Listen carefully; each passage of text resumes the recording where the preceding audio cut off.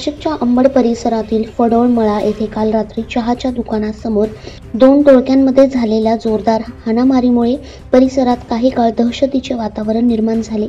सायंकाळी 8:30 वाजेच्या सुमारास घडलेल्या या प्रकारात 2 ते 3 जण जखमी झाले असून काहींच्या डोक्याला मार लागल्याची माहिती मिळत आहे।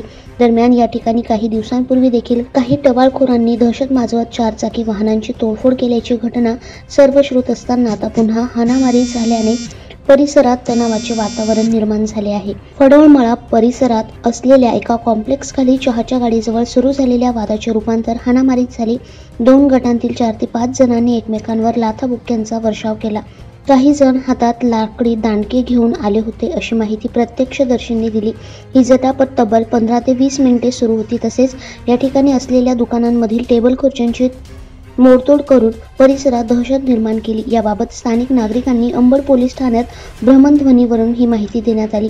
त्यानंतर अंबड पोलीस ठाण्याचे वरिष्ठ पोलीस निरीक्षक मधुकर कड यांनी तत्काळ पोलीस फौज फाटा घटनास्थळी रवाना केला। अंबड पोलीस तातडीने घटनास्थळी दाखल झाल्यानंतर पोलिसांनी हस्तक्षेप करून हाणामारी थांबवली आणि परिसरातील तणाव निवळला।